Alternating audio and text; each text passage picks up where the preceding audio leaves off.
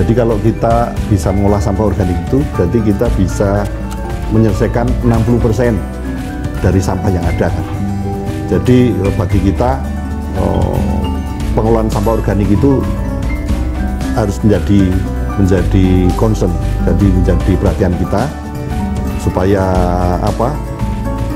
kita bisa menyelesaikan sampah di Indonesia.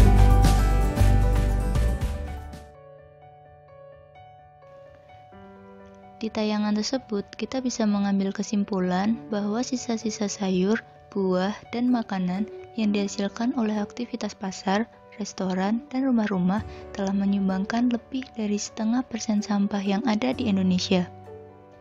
Namun, sebenarnya sampah-sampah tersebut masih bisa kita olah kok, misalnya menjadi biogas atau pupuk organik cair. Nah, salah satu cara yang paling mudah yaitu mengolah sampah organik tersebut menjadi pupuk organik cair dengan bantuan larva dari lalat BSF. Lalat hitam atau black soldier fly memiliki nama latin Hermetia illucens. Larva dari lalat ini memiliki kemampuan merombak sisa-sisa organik seperti kotoran hewan, sisa makanan, sayuran, maupun buah-buahan. Hal ini dapat terjadi karena di dalam usus larva ini terdapat bakteri yang mampu menghasilkan enzim katalitik. Enzim tersebut berperan dalam mencerna selulosa, protein, lemak, dan karbohidrat yang ada di dalam limbah sayur, buah, maupun kotoran hewan, sehingga sangat berperan dalam menguraikan sampah organik. Lalat ini tidak sama seperti lalat rumah atau lalat sampah pada umumnya. Lalat ini tidak membawa virus maupun penyakit karena lalat ini tidak hinggap di makanan manusia dan tidak pernah mengganggu kehidupan manusia. Fakta-fakta tentang lalat hitam atau black soldier fly.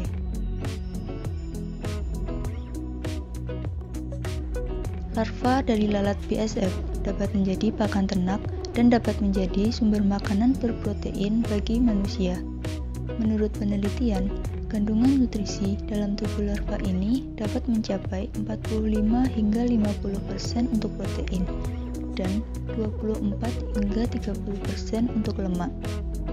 Penelitian lain menyebutkan bahwa kandungan protein pada larva BSF berkisar antara 60%.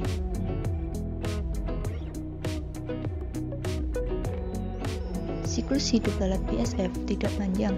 Lalat jantan akan mati setelah kawin, sedangkan lalat betina akan mati setelah meletakkan telurnya. Menurut penelitian, siklus hidup lalat BSF dari telur hingga menjadi lalat dewasa hanya membutuhkan waktu sekitar 40 hingga 43 hari.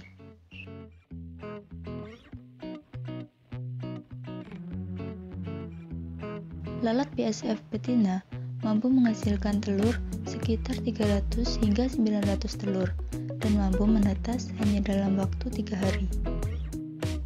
Fase larva dari lalat ini memiliki nafsu makan yang tinggi.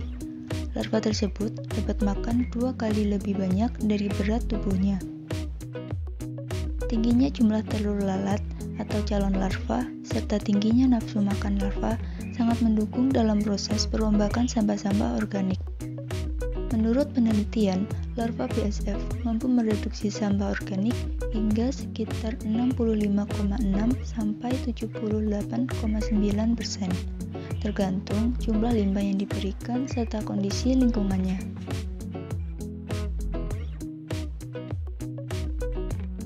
Lalat BSF tidak dapat hidup di suhu lingkungan yang dingin karena lebih suka pada suhu lingkungan yang hangat, seperti di Indonesia yang memiliki iklim tropis.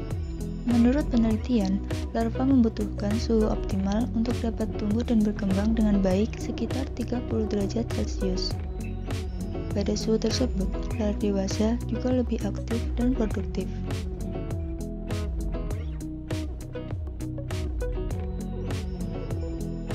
Lalat BSF hanya menyukai sampah organik dan aroma khas seperti aroma buah-buahan. Selama siklus hidupnya, lalat dewasa tidak memiliki mulut yang fungsional dan tidak pernah hinggap pada makanan yang masih dikonsumsi oleh manusia. Hal-hal inilah yang membuat lalat BSF bukan merupakan lalat pembawa virus atau penyakit bagi manusia.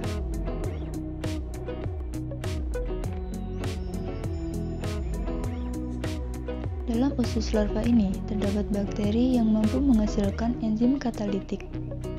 Enzim tersebut berperan dalam memecah selulosa, protein, lemak, dan karbohidrat dalam limbah sayur, buah, maupun kotoran hewan yang kemudian dikeluarkan lagi sebagai feses. Feses larva tersebut dapat dijadikan sebagai pupuk organik cair. Feses tersebut banyak mengandung enzim dan nutrisi yang baik untuk tanaman. Sangat menarik kan fakta-fakta tentang lalat PSF atau lalat hitam ini? Lalat ini juga bisa dibudidayakan loh. Untuk info lebih lanjut, yuk kita simak video berikut.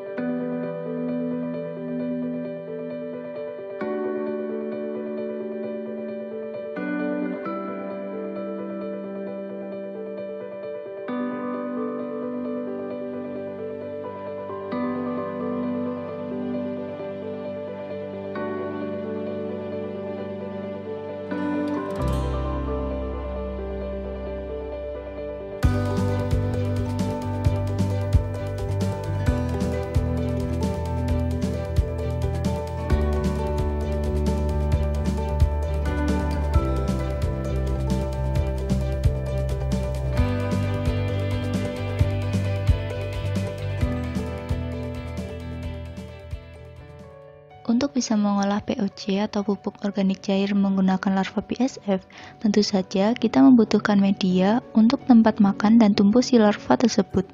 Nah, di sini saya menggunakan media berupa ember tumpuk. Untuk info lebih lanjut terkait ember tumpuk tersebut, yuk kita simak video berikut. Alat yang dibutuhkan untuk membuat ember tumpuk yaitu 2 buah ember, keran air, dan solder.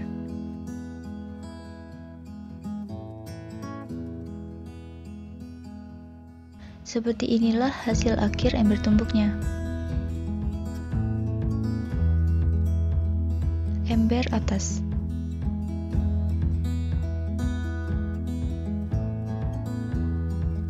Ember atas diberi lubang bagian dasar ember dan bagian samping ember.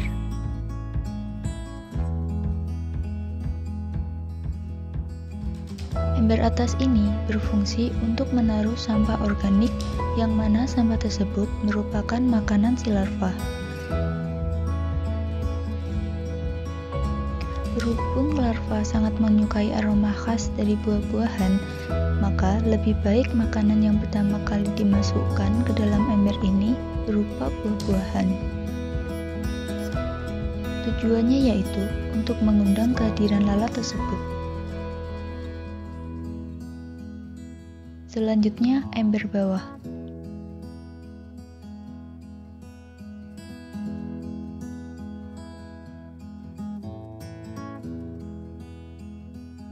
Ember bawah diberi satu lubang yang agak besar bagian bawahnya untuk memasang keran dan satu lubang besar pada tutupnya agar ember atas dapat ditumpuk di atas ember bawah. Agar dapat mengundang kehadiran lalat ini, sebaiknya ember diletakkan di luar rumah yang teduh. Apabila ember sudah diisi dengan sampah organik, maka nantinya lalat tersebut akan masuk ke dalam ember melalui lubang kecil yang ada di samping ember atas. Kemudian meletakkan telurnya pada sampah-sampah organik tersebut. Telur yang telah menetas kemudian akan berubah menjadi larva. Nah, larva inilah yang akan secara aktif memakan sampah-sampah organik tersebut dan merombaknya di dalam usus dengan bantuan bakteri. Setelah dirombak, larva tersebut akan mengeluarkan feses, yang mana feses tersebutlah yang digunakan sebagai POC atau pupuk organik cair. Bagaimana kesan kalian setelah melihat video-video tersebut? Cukup menarik, bukan? Selain menguntungkan, tentu saja juga bisa mengurangi produksi sampah organik di negara kita. Makanya, yuk kita sama-sama menjaga lingkungan dengan melakukan hal-hal kecil seperti mengolah sampah organik yang ada di sekitar kita, agar kita bisa turut berkontribusi dalam mengurangi produksi sampah di Indonesia, sekaligus turut mewujudkan tercapainya desa eco-friendly. Semoga bermanfaat.